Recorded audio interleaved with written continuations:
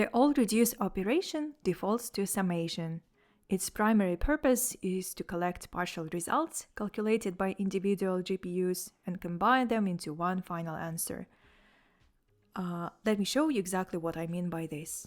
Imagine we have a simple 1D tensor consisting of 4 elements, and we want to distribute it across 4 GPUs. In this case, we split the tensor into 4 equal parts or chunks. We assign each GPU ownership over a separate chunk. For example, GPU 1 owns chunk under index 0, GPU 4 owns chunk under index 3, and the same applies for the rest of GPUs.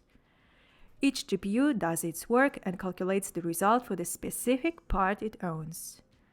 Let's say GPU 1 calculated that the index under the 0 contains value 1, GPU did a calculation for index 1, which is 2, and the final sum that we want to obtain is 1 plus 2 plus 3 plus 4, so the final state of the tensor will be 10, 10, 10, 10. How do we actually achieve this?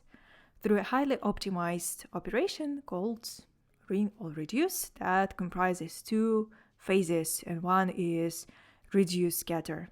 So let's talk about the first phase. All GPUs are connected in a ring. They form a closed circle where GPU 1 talks to its right neighbor GPU 2, GPU 3 talks to GPU 2 talks to GPU 3, GPU 3 talks to GPU 4. And we run this for n-1 turns, where n is the number of GPUs. Here's what happens on the very first turn. Each GPU takes the chunk it efficiently owns. For example, GPU 4 owns chunk under index 3 and passes it to its neighbor GPU 1. And what is specific to this first phase is the addition. So GPU 1 takes this value 4 and adds it to the value under exactly the same index as it came from. So let's see the results. This is the first turn where each GPU does calculations simultaneously. On the second turn and all consecutive turns, the rule is simple.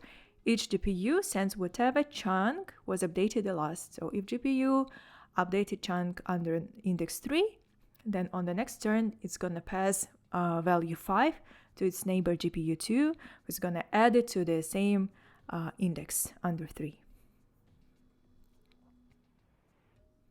And the last turn. So at the last turn, you can see that on each GPU, there is a true value. For GPU 1, it's under index 1. For GPU 2, it's under index 2, etc. This brings us to the second phase called all gather, where each GPU sends the last updated value to its neighbor. But what's different this time that when GPU 1, for example, receives the value from GPU 4, it doesn't add it but overwrites it. So GPU 4, last updated value for it was under index 0, which is a true sum, 10. Then on the next turn, it's going to send the value 10 to GPU 1, and then GPU 1 is going to overwrite whatever's under index 0 by this value 10. And we're going to run it for exactly n-1 turns, as previously. Turn number 1, turn number 2, turn number 3. So you can see that at these points, all the values on each GPU have reached the final summation.